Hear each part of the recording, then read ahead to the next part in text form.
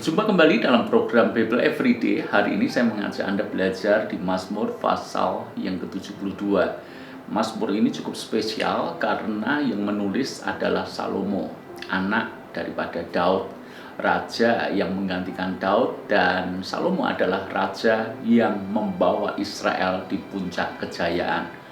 Jadi bisa dikatakan bahwa keberhasilan dalam sejarah Israel, baik secara keamanan, baik secara kekayaan, baik secara popularitas, itu di era Raja Salomo.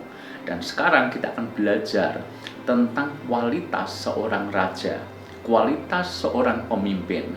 Tentu saja kalau kita membaca Mazmur pasal yang ke-72 ini merupakan Mazmur yang berisi doa harapan untuk raja. Namun di dalam ayat-ayat ini kita justru akan belajar tentang kualitas seorang raja yang dikehendaki oleh Tuhan, sehingga itu hal yang didoakan oleh Salomo. Atau kalau kita berbicara dalam kehidupan sehari-hari, ini berbicara juga sebagai seorang pemimpin yang ideal, pemimpin yang berkualitas, pemimpin yang dikehendaki Tuhan, dan pemimpin yang benar-benar disukai oleh orang-orang yang dipimpinnya.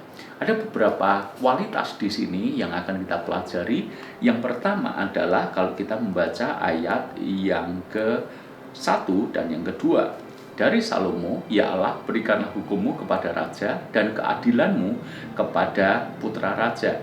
Kiranya ia mengadili umat-Mu dengan keadilan dan orang-orang-Mu yang tertindas dengan hukum.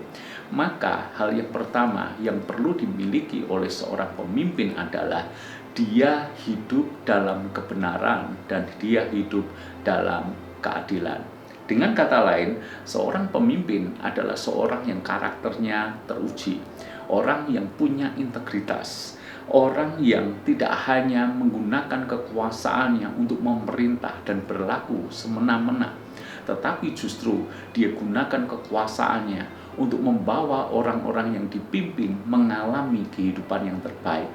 Dia bertanggung jawab atas setiap kepercayaan yang diberikan kepada dia. Itu sebabnya seorang pemimpin harus memiliki karakter. Pemimpin harus punya integritas. Di dalam ayat ini dikatakan kiranya ia mengadili umat dengan adil. Pemimpin yang benar adalah pemimpin yang tidak bisa disuap. Pemimpin yang benar adalah pemimpin yang tidak bisa melakukan ketidakadilan karena nepotisme dan seterusnya. Itu pemimpin di era raja-raja. Maka dalam kaitannya di masa sekarang adalah bahwa pemimpin yang dikehendaki Tuhan adalah pemimpin yang memerintah dengan benar dan adil. Itu kualitas yang pertama yang kita temukan di dalam pasal 72 ini.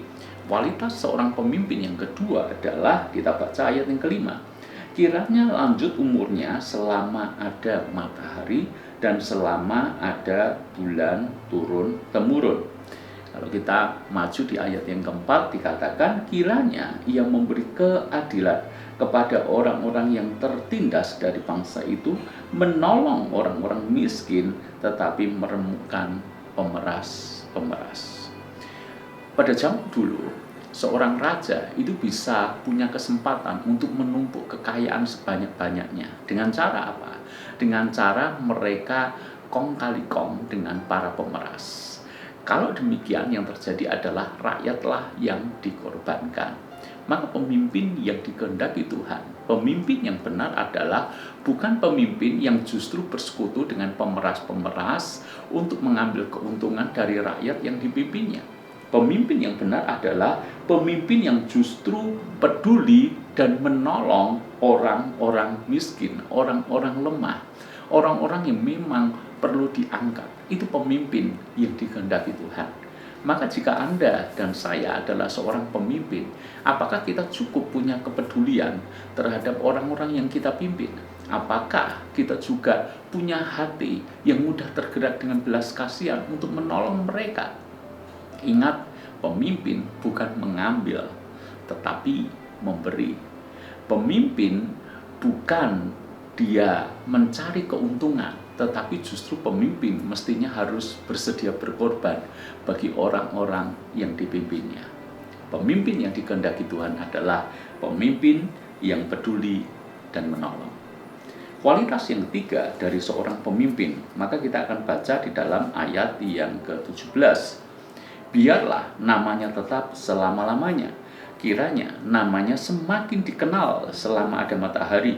Kiranya segala bangsa saling memberkati dengan namanya dan menyebut dia berbahagia. Apa yang paling berharga dalam diri seorang pemimpin? Saya kira bukan kekayaan, saya kira bukan kekuasaan, saya kira bukan sesuatu materi, sesuatu yang menyenangkan buat dia. Bukan itu. Bukan kemewahan juga, bukan istana yang megah, bukan. Lalu apa yang paling berharga dalam diri seorang pemimpin? Tidak lain dan tidak bukan adalah nama. Pemimpin yang berkenan kepada Tuhan dan pemimpin yang bisa jadi berkat bagi banyak orang. Bahkan di dalam ayat ini namanya dikenal sampai segala bangsa. Pemimpin yang punya nama baik. Pemimpin yang bisa dipercaya. Pemimpin yang membuat orang-orang segan. Membuat orang-orang respect. Membuat orang-orang hormat. Ini kualitas pemimpin yang mestinya ada dalam kehidupan kita semuanya. Entahkah Anda pemimpin organisasi, pemimpin perusahaan, pemimpin di gereja, pemimpin dalam bidang apapun. Tidak ada yang lebih penting daripada nama baik. Dan tentu saja saya berbicara soal nama itu bukan soal pencitraan. Karena bisa saja kita membangun sebuah image yang baik, tetapi kalau pencitraan itu tidak akan bertahan awet. Ada waktunya semuanya akan tahu bahwa semuanya settingan dan semuanya hanya pencitraan saja. Tetapi kalau memang dari awal kita membangun dasar yang kuat di dalam kepemimpinan kita, dan kita sungguh-sungguh melayani dengan segenap hati, dan sungguh-sungguh kita jujur dan punya integritas, maka nama adalah sesuatu yang berharga yang dimiliki oleh seorang pemimpin. Satu kali kita semuanya akan mati, kita akan meninggal.